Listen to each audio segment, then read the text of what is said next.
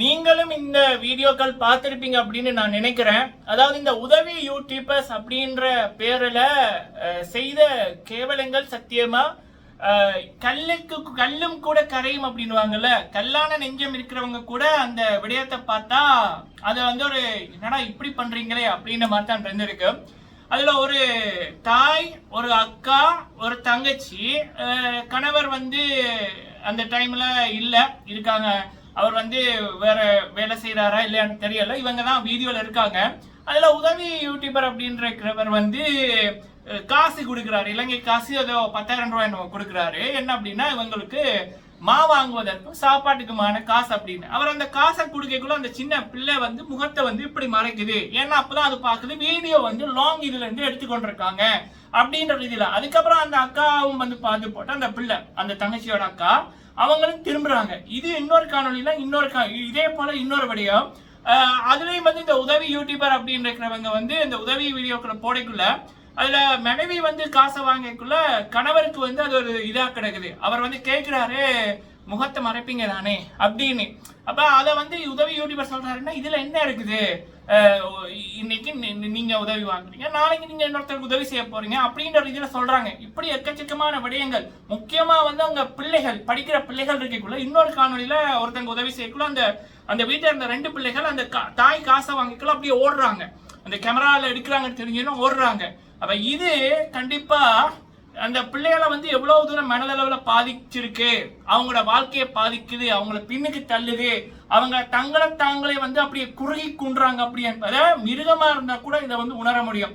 ஆனாலும் அந்த உதவி யூடியூபர்ஸ் அப்படின்றவங்க தாங்க ஃபேமஸ் ஆகணும், தாங்க இந்த வீடியோக்களின் மூலம் அதிகமான வியூ வந்து உழைக்கணும் என்பதற்காக இப்படி பண்ணுவது எந்த விதத்தில் நியாயம் அப்படின்னு தெரியல. சரி, இது இன்எக்ஸ்பீரியன்ஸ் உதவி யூடியூபர்ஸ், அதாவது எக்ஸ்பர்ட்ஸ் இருப்பாங்க 5 வருஷம் 4 வருஷம் அந்த உதவி யூடியூபர்ஸ் கேட்டகரியில இருக்கவங்க.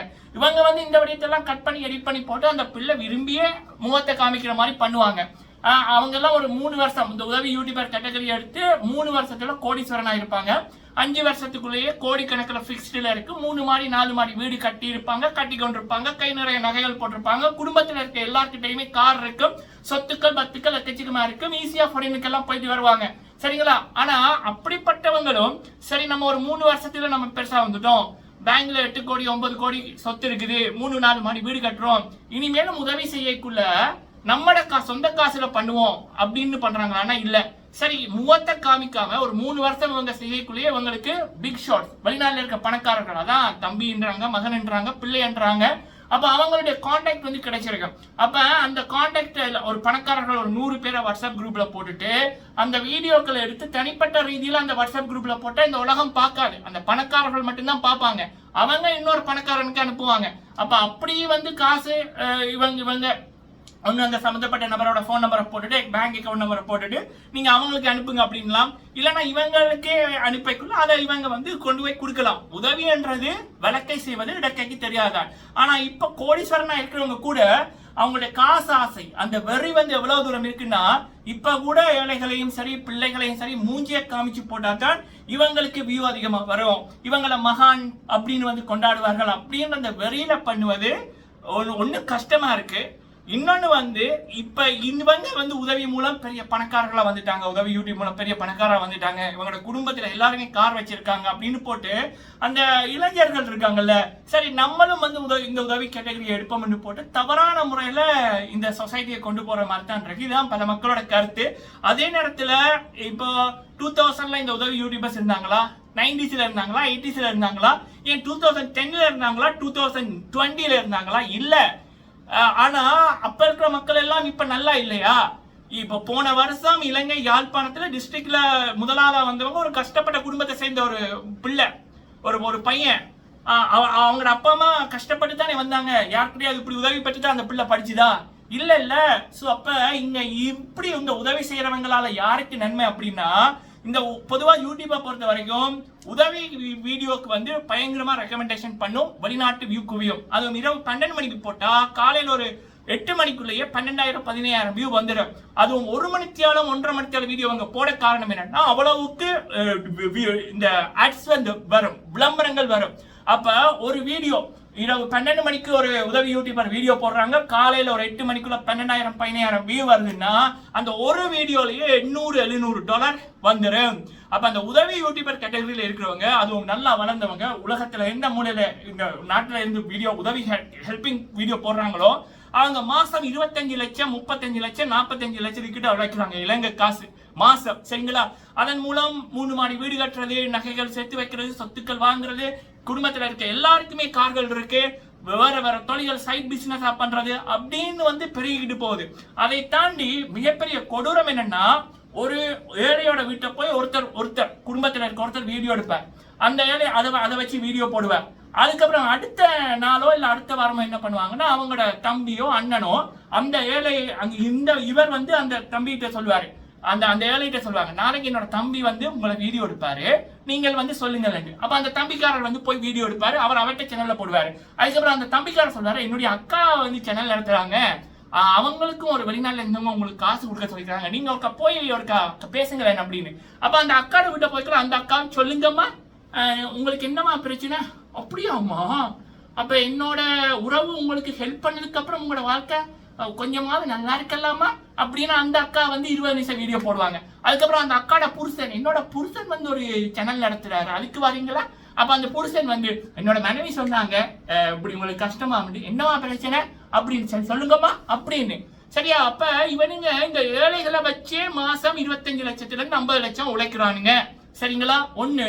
ரெண்டாவது ஏழைகளுக்கு உதவுன்ற பேர்ல அந்த வீடியோக்களை போடக்குள்ள வெளிநாட்டுல இருக்கிற பிக் ஷாட்ஸ், பெரிய பெரிய பணக்காரர்கள், யூரோப் ஃபுல்லா, அமெரிக்கா, கனடா, ஆஸ்திரேலியா, நியூசிலாந்து இப்படியான நாடுகள் இருக்கிற பெரிய பெரிய பணக்காரங்களோட உறவு முறை கிடைக்குது. அவங்கள பிடிச்சிருவாங்க, அம்மா அம்மா அம்மா, அக்கா அக்கா, தங்கச்சி தங்கச்சி அப்படின்னு சொல்லி பணக்காரர்களை பிடிச்சிருவாங்க. பிடிச்சு போட்டு அவங்க மூலமும் கிஃப்ட், பர்த்டேக்கெல்லாம் வரும் மக்களே. என்னோட வாழ்க்கையில நான் வான வெடியை வெடிச்சது இல்லை, அதெல்லாம் தப்பு. யாருடாப்பா நம்ம எவ்வளவு பெரிய அரசியல் இருக்க தலைவர்கள், மாற்றத்தை ஏற்படுத்தினவங்க, அவங்கள பிறந்த நாளை எப்பனே தெரியாது, இருக்கிற இடம் தெரியாம இருக்காங்க. அப்ப சரி விடுங்க. அப்ப பர்த்டேஸுக்கு எல்லாம் கூவியும் கிஃப்ட், வான வெடி, 4-5 கேக்கு, எம்ப்ளப் நிறைய காசுகள், டாலர்ஸ், யூரோஸ் அப்படின்னு கிஃப்ட், அதெல்லாமே. அதை தாண்டி அந்த பர்த்டே பார்ட்டி அப்படின்னு இவங்களுடைய பர்த்டேக்கு மட்டும் ஒரு 4-5 லட்சம் அந்த நடத்துறது செலவு பண்ணும். இதுல ஒரு பைசா இவங்க செலவு பண்ண மாட்டாங்க, வெளிநாட்டுல இருக்கிறவங்க கவர் பண்ணுவாங்க. அப்படி அந்த வெளிநாட்டாக்கள் இவங்களை கவனிப்பாங்க, பொத்தி கவனிப்பாங்க. வெளிநாட்டு காசுகள், கிஃப்ட்கள் எல்லாம் குவியும். அதை தாண்டி இவங்களை வெளிநாட்டுக்கு ஸ்பான்சர் பண்றதுக்கான இது ரெண்டாவது.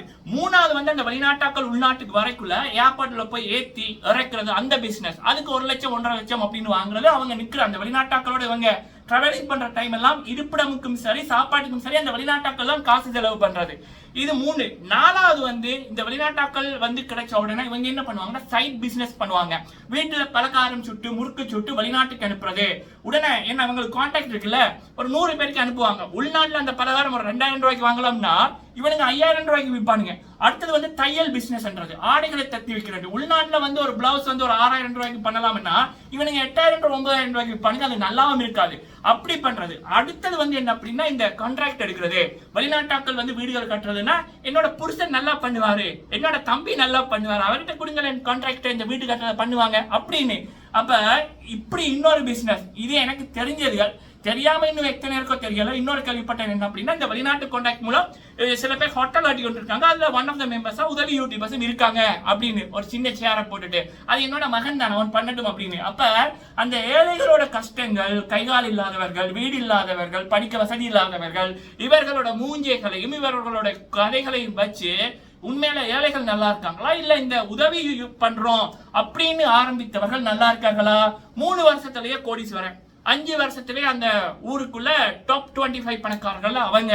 அப்படி வெறி குறையாம எங்கடா ஏழை இருப்பான், எங்கடா கண்ணீர் விடுவான், சரிடா அவனுக்கு ஒரு சாப்பாடை வாங்கி கொடுத்து போட்டு வீடியோ போடு, $800 எடு, அதுவும் 1 மணி நேரம் 1.5 மணி நேரம் வீடியோ. அந்த ஆள் அழுத வரைக்கும் விட மாட்டானுங்க, அழு அழு அழு அழு அழு அப்படின்னுவாங்க. அப்ப இப்படிப்பட்டவர்கள் மனிதர்களா மிருகங்களா? இவங்க பண்றது பேர் உதவியா இல்ல வேற எதுவா? இது சத்தியமா கவலையா கிடக்கு. நான் ஒவ்வொரு மாதமும் இதை பத்தி நான் பேசிட்டு தான் இருக்கேன். சரிங்களா?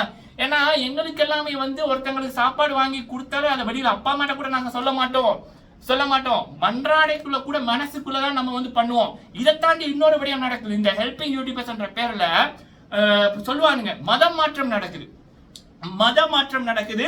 நீங்க முதல் கல்ல கும்பிட்டீங்க, அதாவது ஒரு பிரபல உதவி யூடியூபர் சொல்றாரு, நீங்க வந்து கல்ல கும்பிட்டீங்க, அந்த கல்லு வந்து ஏதாவது உங்களுக்கு பண்ணிச்சா, இப்ப வந்து பாத்தீங்கன்னா உங்களுக்கு வீடு கிடைச்சிட்டு மதம் மாறினபடியா தான் உங்களுக்கு கிடைச்சது அப்படின்னு. அப்ப அந்த தாயும் அவங்களுக்கு 2-3 பிள்ளைகள் என்னமோ, ஆமா தம்பி நாங்க தப்பு பண்ணிட்டோம் அப்படின்ற இதுல அந்தம்மா சொல்லுது. அந்தம்மா பாக்குது இவனை வச்சு, இவன் வந்து இந்த மாக்களை வச்சு எப்படி உழைக்கலாம்னு பாக்குறான், அந்தம்மா வந்து இவனை வச்சு எப்படி உழைக்கலாம்னு பாக்குது. ஏன்னா வெளிநாட்டுல இருந்து தான் எல்லாம் கிடைக்கும். சோ அப்ப இதுக்கு பேர் என்ன மக்களே, இதுக்கு பேர் என்ன? அதை தாண்டி இன்னொரு டெக்னிக் என்னன்னா, அந்த ஹெல்பிங்கும் வந்து இவங்களுக்கு தெரிஞ்சதுக்கே இப்ப பண்றது, பேசி வச்சு பண்றது. பிள்ளையை காணவில்லை, மூத்த பிள்ளையை காணவில்லைன்னு டைட்டில். ஒரு படிக்கிற பிள்ளை, ஒரு பொம்பளை பிள்ளை, ஒரு மனசாட்சி இருக்கிறவன் அந்த பிள்ளையாவுக்கு இப்படி ஒரு டைட்டில் போடுவானா? ஒரு ஒரு ஒரு ஒரு 15-14 வயசுல இருக்க பிள்ளை வீட்டை வரவில்லை, என்னாச்சு அப்படின்னு ஒருத்தன் போடுறான்னா அவனுக்கு அவ்வளவு தூரம் பணவரின்னு அர்த்தம், அவ்வளவு தூரம் பணவரியில மிருக மாதிரி அவன் திரியிறான்னு அர்த்தம். அப்ப இப்படிப்பட்டவர்களாலதான் சத்தியமா எனக்கு நான் மனசுல பட்டதை பேசுவேன், சரியா? மனசுல பட்டதை பேசுவேன். உங்களுக்கே நீங்களே இப்ப இந்த வீடியோக்கள் இந்த குரல்களை கேட்கக்குள்ளே உங்க கண்ணுக்கு முன்னுக்கு அந்த சில உதவி யூடியூபர்ஸ் வந்திருப்பாங்கல்ல, அவங்கள நினைச்சு பாருங்க, அவங்க வாழ்ற வாழ்க்கை இவ்வளவு கேவலமான வாழ்க்கை அப்படின்றத நினைச்சு பாருங்க. அடைய உதவி என்றதுடா வழக்கை செய்வது, இடக்கைக்கு தெரியாம பண்றதாண்டா உதவி. அதை விட்டுட்டு கடவுள் சொன்னார், ஜீசஸ் சொன்னார். ஜீசஸ் என்னடா சொன்னாரு? ஜீசஸ் என்னடா சொன்னாரு? காசுக்காக மதம் மாறி போட்டு வந்து ஜீசஸ் எழுக்கிறது. பேச நினைச்சு 1000 பேச வேண்டாம். ஏன்னா ஜீசஸ் இதுக்குள்ள கொண்டு வந்து வர்றீங்க. ஜீசஸ் சொன்னதே நீ உதவி செய்யறா இருந்தா அது நான் பார்த்தா மட்டும் போதும், அடுத்தவனுக்கு காட்டாதுன்றதான் கர்த்தர் சொல்லியிருக்காரு, ஜேசு சொல்லியிருக்காரு. அதுக்குள்ள வந்து ஜேசுவின் கிருபையினால் ஜேசு சொன்னார் அப்படின்னு. என்ன பொழப்பட மானங்கெட்ட பொழப்பு. 3 மாடி 4 மாடி ஜிங்கிச்சான்னு நகைகளும் தொப்பியும் ஆக்களும் 4-5 கூட்டமா திரிகிறது. கூட்டத்துக்கு வந்து வேற தொழில் பண்ணி இதுதான் நடக்குது மக்களை. இது வந்து பல சகோதரங்களோட கடும் கோபம் கடந்த ஒரு 3 நாட்களுக்குள்ள சில வீடியோக்கள் பார்க்கக்குள்ள இந்த உச்சத்துல இருக்கிற பணக்காரர்களை பார்த்துட்டு இப்ப புதுசா வர்றவங்களும் அந்த ஹெல்பிங்குள்ள இறங்கி இருக்காங்க, சரிங்களா? அதுல சில பேர் என்ன பண்ணுவாங்கன்னா, வெளிநாட்டுல இப்ப புதுசா வந்தவங்க புதிய உதவி யூடியூபர் வெளிநாட்டுல இருந்து கிஃப்ட் வராமலே வெளிநாட்டுல இருந்து கிஃப்ட் வந்துட்டு அப்படின்னுவாங்க. அப்பதானே இன்னொருத்தன் பார்த்து போட்டு சரி நம்மளும் தம்பிக்கு அனுப்புவோம்னுவாங்க. இதை தாண்டி இன்னொரு இது ஒன்று இருக்கு இந்த ஹெல்பிங் யூடியூபர்ஸ்ல. இவனுங்களுக்கு வந்து கண்டென்ட் இல்லைன்னா என்ன பண்ணுவாங்கன்னா, வீட்டில் இருக்க பெரியவங்களை வச்சு, அம்மா மேல வச்சு, அப்பா மேல வச்சு பேயை பார்த்து, பேயை கண்டு, பேயை பார்த்து பயந்து என்னுடைய அம்மா, ஐயோ என்னுடைய கண் போச்சே, உதவி செய்தவர்களுக்காக நான் இவ்வளவு பல பேருக்கு பார்வை கொடுத்தேன், எனக்கு கண்ணு போச்சே அப்படின்னு மனசாட்சி இல்லாம நடிக்கிற கேடு கேட்டதுகள். அதுக்கு கூட இருக்கிற தாயும் உடந்த எல்லாமே உடந்த பேய பார்த்தேன். ஏன்னா பேய பார்த்தேன்னு சொன்னா தானே 20,000-30,000 வியூ வரும். அது வெளிநாட்டு வியூ எல்லாமே. ஏன்டா ஏமாத்துறீங்க? வெளிநாட்டுல இருக்கிறவங்க அந்த மண்ணை விட்டு அந்த உறவுகளை விட்டு வெளிநாட்டுல இருக்கக்குள்ள அவங்களுக்கு அந்த மண்ணை பார்க்கக்குள்ள அந்த உறவுகளை பார்க்கக்குள்ள அதுவும் ஒருத்தன் உண்மையான உதவி செய்யலாம் போல இருக்கு அப்படின்னு நினைக்கக்குள்ள அவங்க உங்களை உண்மையா மகன் பிள்ளைன்னு சொல்லுவாங்க. அப்ப அவங்களை ஏன்டா ஏமாத்துறீங்க? கண்ணு தெரியாம போச்சு, கண்ணு எனக்கு என்ன ஆச்சு அப்படின்னு சொல்லி கொள்ளையடிக்கிறது. அப்பாவுக்கு சுகம் இல்லை, அப்பாவை டாக்டர் நான் காப்பாற்ற வேண்டும் அப்படின்னு சொல்லி கொஞ்ச நாளா வீடியோ போட்டு அதுல இருந்து கறக்குறது, அம்மாட்ட சொல்றது பேய பார்த்தேன்னு சொல்லு அப்படின்னு சொல்லி போட்டு வீடியோ எடுத்து போடுறது. என்னடா பொழப்பு இது உனக்கு? உங்களுக்கெல்லாம்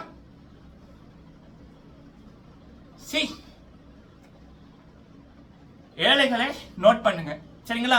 இதுல இப்படிப்பட்டதுல நாளைக்கு அரசியலுக்கு வரப்போதா அந்த கதை. வாங்கடா வாங்க, வச்சு செய்யறோம். நிறைய பேர் ரெடியா இருக்காங்க. ஒரு சகோதரி பேரை போட்டே சொல்லியிருந்தாங்க, எவன் என்னென்ன பண்ணி கொண்டிருக்கான் அப்படின்னு. இவனுங்க எல்லாம் இப்பயே இப்படி பண்றாங்களே, இவங்க மட்டும் ஒரு பதவியில வந்தா என்ன பண்ணுவாங்க? எவ்வளவு அரசியல் இருக்கிறவங்க பல நல்லதுகள் பண்றாங்க. ஆனா அவங்க எல்லாமே அதை விளம்பரப்படுத்துறது இல்லை. ஆனா அவங்களுக்கு சனம் கெட்ட பேர் கொடுக்கும். ஆனா இப்படிப்பட்ட பித்தலாட்டக்காரர்களுக்கு மகான், மக்கள் நாயகன். இது ஒரு பக்கம் மக்களே, சரிங்களா? நடக்கிற விடயங்கள். சீமான் எப்படி 17 வருடங்களுக்கு முதல் ஒரு விடயத்தை வச்சு இப்ப வரைக்கும் எப்படி மக்களை ஏமாத்தி தின்னு கொண்டிருக்காரோ, அதே போல சில பேர் இப்படி என்ற பேர்ல அதுதான் அடையாளமா, இந்த ராப்பு தான் அடையாளமா அப்படின்ற பேர்ல சில பேரோட உணர்வுகளையும் உணர்ச்சிகளையும் வைத்து அவனுங்க உழைச்சு கொண்டிருக்காங்களோ, அதே போலதான் இந்த கூட்டம் உதவி என்ற பேர்ல அதிலும் முக்கியமா பாதிக்கப்பட்ட மக்கள் ஒரு விடயத்தால இருக்காங்கல்ல, அவங்கள வச்சு நாங்கள் அவங்களுக்கு உதவுறோம் அப்படின்னு அந்த உணர்வே இல்லாம அதை வந்து இவங்க இந்த உதவி என்றதுக்குள்ள கொண்டு வந்து பிசினஸ் பண்றானுங்க. இவங்க எல்லாம் சாபக்கேடு மக்களே. சரிங்களா? சரி, அடுத்தது வந்து வாய்சன் ராசையா அவர்களுக்கு மக்கள் வந்து ஒரு சொல்ற விடயம் என்ன அப்படின்னா, செலிபிரிட்டி அப்படின்னு இருக்கக்குள்ள நீங்க வந்து ரொம்ப நீங்க என்ன பண்ணாலும் பல பேர் உங்களை காப்பி அடிப்பாங்க. அதுல நீங்க வளர்ந்துட்டீங்க, உங்களுக்கு நிறைய செல்வாக்கு இருக்கு, நாளைக்கே நீங்க வெளிநாட்டுல செட்டில் ஆயிடலாம். ஆனா வளர்றவர்களுக்கு நீங்க வந்து ஒரு இன்ஸ்பிரேஷனா இருக்கணும். ஏன்னா உங்களை பல பேர் பின்தொடர்வாங்க. பண்ணும் விடயங்களை பார்த்து பண்ணுங்கள், கவனமா பண்ணுங்கள். சிங்கப்பூர்ல நம்ம குப்பை போட முடியாதுன்னா குப்பை போட முடியாது. மேபி நீங்க குப்பை போட்டா கூட நீங்க வந்து உங்களுக்கு தெரிஞ்சவர்களை வச்சு ஏதாவது பண்ண சான்சஸ் இருக்கு. ஆனா ஏதாவது ஒரு சாதாரண ஒரு நபர் ஜாழ்ப்பாணத்துல இருந்து போட்டு சிங்கப்பூருக்கு போய் வாய்சன் குப்பை போட்டார் தானே, நம்மளும் போடுவோம் அப்படின்னா அங்க அவருக்கு ஃபைனோ இல்ல தண்டனையோ தான். அப்ப அதை வந்து நீங்க வச்சு செயற்படுங்கள் வாய்சன் அப்படின்னும். அதே நேரத்துல இப்ப நிறைய விடயங்கள் சொல்லியிருந்தாங்க. சரி, இதுவே போதும் அப்படின்னு ஒரு கனடா சகோதரி அவர்கள் வாய்சன் அவர்களுக்கு சொன்னது இதுதான் நடக்கிற ஒரு விடயம்.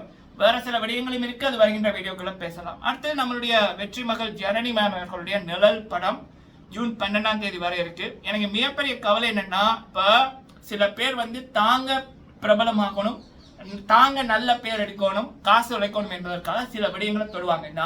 அந்த சீமா நாமக்கர் என்ற பொய் விடயத்தை வச்சு எப்படி உழைச்சு கொண்டிருக்காரோ, இந்த ஹெல்பிங் யூடியூபர்ஸ் என்ற கேவலமானவர்கள் எப்படி ஏழைகளை வச்சு உழைக்கிறார்களோ, அதே போல இந்த ராப் அடையாளம் அப்படின்றவங்க சில பேரோட உணர்வுகளை வச்சு காசு உழைக்கிறாங்களோ, இவங்கெல்லாம் உணர்வே இல்லை, காசுக்காக மட்டும்தான்.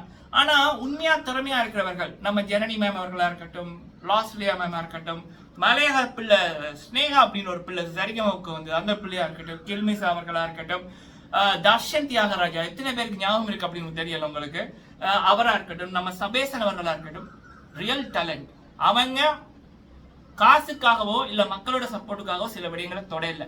அதனாலேயே பல மக்கள் வந்து அவங்களுடைய படைப்புகளுக்கு ஆதரவு அதாவது எனக்கு மக்கள் மேல நிறைய கோபம் இருக்கு மக்களே. ஒருத்தன் பொய்யா சில உணர்வுகளை வச்சு உங்களை ஏமாத்தினா அப்ப அவன் பண்ற விடயங்களுக்கு நீங்க சப்போர்ட் பண்றதும், உண்மையிலேயே சில பேருக்கு உணர்வுகள் இருந்தாலும் நம்ம எங்கெங்க இருக்கோமோ அதுக்கேற்றது போலதான் இருக்கணும்.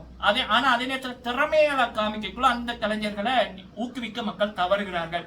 ஆனா அப்படிப்பட்டவர்கள் நிறைய விடயங்கள், நிறைய ஹெல்பிங் விடயங்கள் மக்களுக்கு பண்ணி கொண்டிருக்காங்க. முக்கியமா ஜனனி மேம் அவர்கள் வெள்ளம் வந்த டைம்ல எல்லாம் அவ்வளவு உதவிகள் பண்ணார்கள். சரிங்களா? ஜனனி மேமா இருக்கட்டும், லாஸ்லியா மேமா இருக்கட்டும், நிறைய விடயங்கள் பண்ணார்கள். ஆனா அதெல்லாம் அவங்க வெளிச்சம் போட்டு காமிக்கல. ஏன்னா அவங்களோட ரத்தம் அப்படி நல்ல முறையில அவங்க வளர்ந்துருக்காங்க. சரியா? சோ சிலது வெள்ளம் வந்த டைம்ல வெளிநாட்டுக்கு ஓடிட்டு மானங்கெட்டதுகள். சரியா? சோ அப்படி இருக்கக்குள்ள இப்படியான கலைஞர்களை தூக்கி விடுங்க. ஜனனி மேம் அவர்களுடைய இன்டர்வியூ, லேட்டஸ்ட் இன்டர்வியூ கலாட்டா பிங்க் என்ற சேனல்ல வந்திருக்கு. அவங்களுடைய படம் நிழல் அப்படின்றது முக்கியமா பெண்களுக்கு முக்கியமா தேவையான ஒரு படம். அந்த படம் ஜூன் 12 வருது. பாருங்க, குடும்பமா போய் பாருங்க. நல்லவர்களுக்கு ஆதரவு கொடுங்க மக்களே, நல்லவர்களை தூக்கி விடுங்க. இந்த பித்தலாட்டக்காரர்களை எத்தனை வருஷம் நம்ப போறீங்க? உங்களை வச்சு தின்னு கொண்டிருக்கானுங்க மக்களே. சரிங்களா? உங்களை வச்சு தின்னு கொண்டிருக்கானுங்க. ஒரு பக்கம் ஆமக்கரின்றவன், இன்னொரு பக்கம் அடையாளம் அப்படின்றவன் டிராப்ன்ற, இன்னொருத்தன் மக்கள் நாயகனம் உதவிதான். மாசம் ஏழைகளை வச்சு 35 லட்சம் 40 லட்சம் உழைக்கிறான். அது தாண்டி ஏர்போர்ட்ல ஏத்தி இறக்குறதுக்கு அதுக்கு ஒரு ட்ரிப்புக்கே 1 லட்சம் 1.5 லட்சம் அப்படின்னு. அடுத்தது வீட்டுக்குள்ள இந்த ஏற்றுமதி இறக்குமதி கான்ட்ராக்ட் அப்படின்னு எக்கச்சக்கமா உழைக்கிறான் ஏழைகளை முதலீடா வச்சு. அவனுங்க எல்லாம் பிள்ளைகளாம்.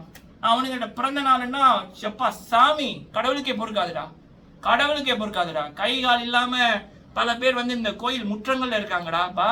சேவை செஞ்ச பல அரசியல் இருந்தவர்கள் இப்ப இருக்கிற இடம் தெரியாம இருக்கிறாங்க. முகத்தை காமிக்க வைக்கப்படுறாங்க. என்ன சொத்துக்கள் இல்லாம அழுகிறாங்க அவங்களோட பிள்ளைகளை நினைச்சு.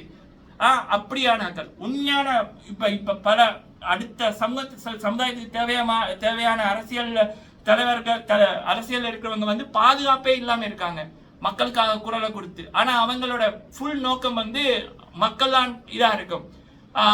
பதவி ஆசையும் இல்லாம பணத்தாசையும் இல்லாம மக்களுக்கு உதவணும் என்ற எண்ணத்துல இருப்பாங்க. இப்படிப்பட்டவர்களுக்கு உங்களுடைய ஃபுல் சப்போர்ட்டை கொடுங்க.